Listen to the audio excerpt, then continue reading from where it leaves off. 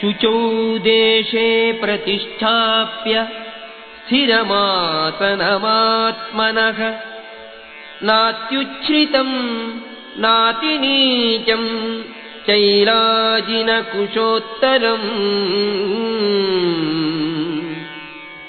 तत्रैकाग्रं मनः कृत्वा यतचित्तेन्द्रियक्रियः उपविश्यासने युञ्ज्याद्योगमात्मविशुद्धये.